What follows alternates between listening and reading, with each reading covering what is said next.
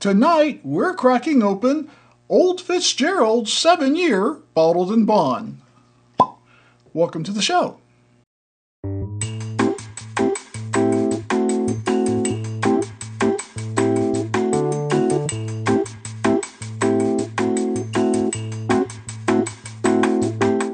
Well, I have to admit, I've been looking forward to this for some time, ever since I heard that Old Fitzgerald was coming out with a shelfer, something they expect to keep on the shelf. Not just a special edition or impossible to find, or like this one, a distillery-only release.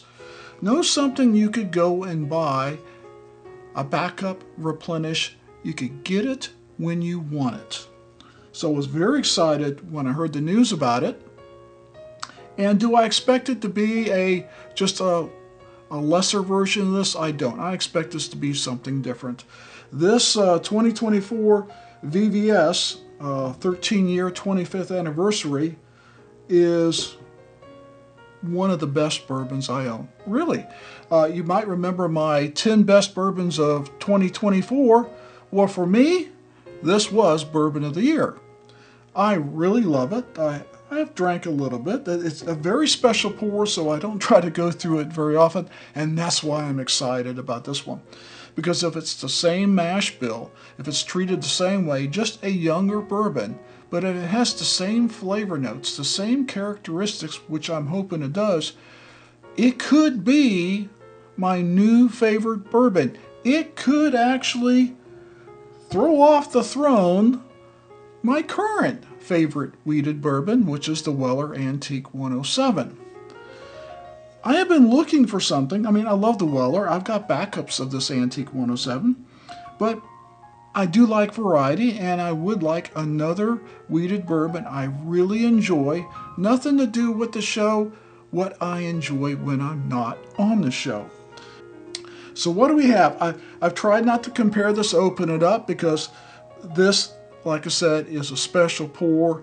It's basically a one-off for me. I'll probably never have another one. I might get another decanter series, but I'll never have another one of these 13 years, and certainly not the 25th anniversary and what they did to make it so special.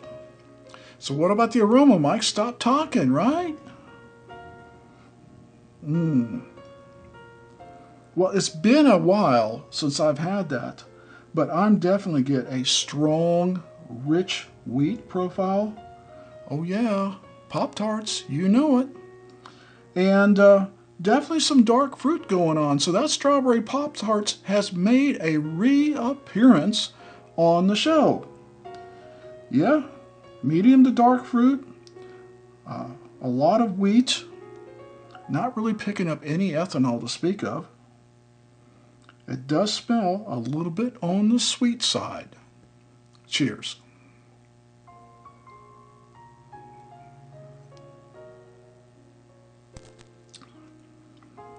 That is rich. That's got a really good mouthfeel to it. Molasses brown sugar with definitely sweet wheat going on there. Some baking spices, and I would say kind of a little vanilla cinnamon on the back end there that comes in last. This is my first sip of the day.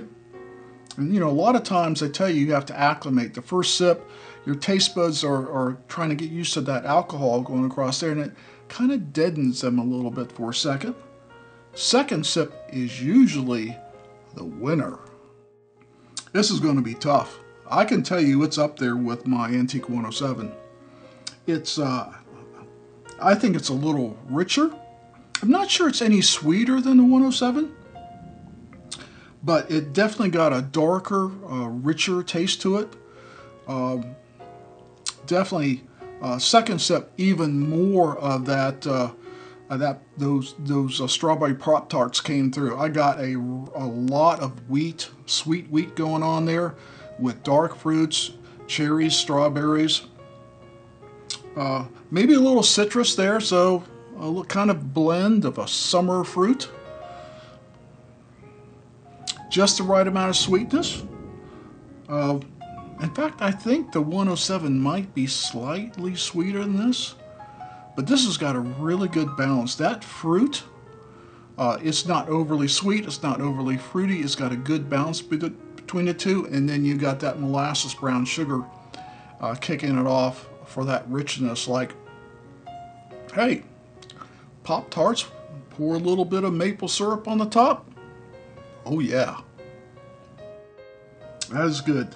Just a hint of nuttiness, like you maybe sprinkled a little bit of crushed pecans on the top with and now that cinnamon and vanilla is coming through even more on this last sip. It like, no, I'm coming to the front, buddy. I'm coming to the front. No pepper to speak of, doesn't light up your lips. Got a little bit of a Kentucky hug going on there, but it took the second or third sip before I got it. Very, very drinkable. I will tell you, it's as smooth as I remember this being. I mean, this thing is a smooth bomb. I mean, no kidding. It sat on that oak and just got smoother and smoother and smoother. Could this become this?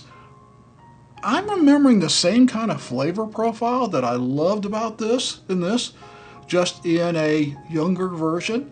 And you can tell it's younger. You don't get a lot of maturity out of the 7-year. It's a good balance.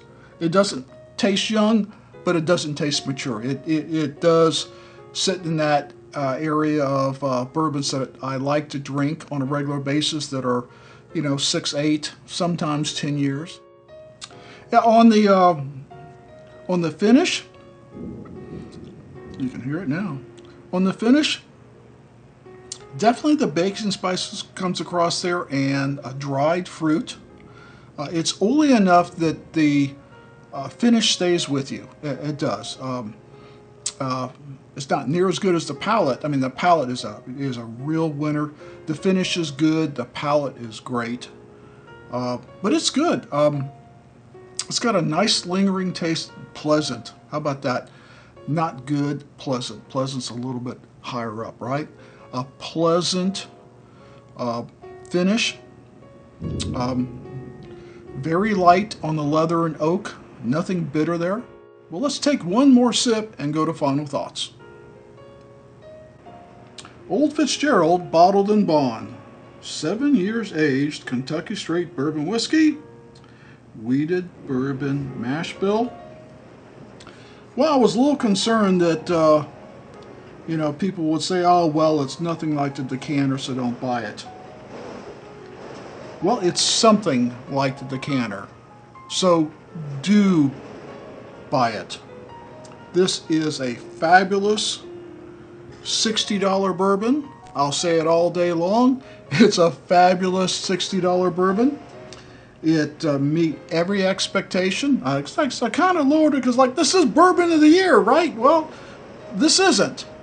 But this is a fabulous middle shelfer, affordable, tasty, wheated bourbon that could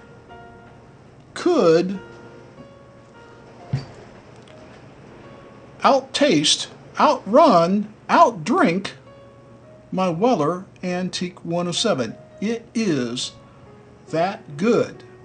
And because it's that good, we're going to put it in a blind with the Antique 107 and a couple other what I call middle shelfer wheated bourbons and see, does it hold up in a blind? I'm thinking it just might.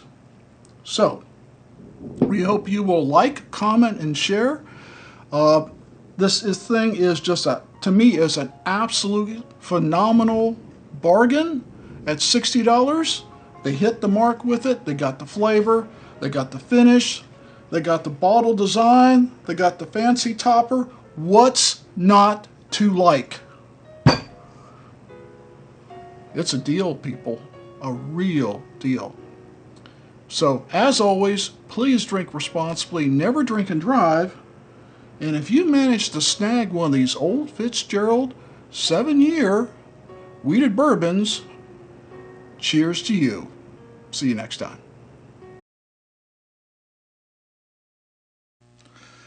Tonight, we're cracking up. Cracking up. I am cracking up.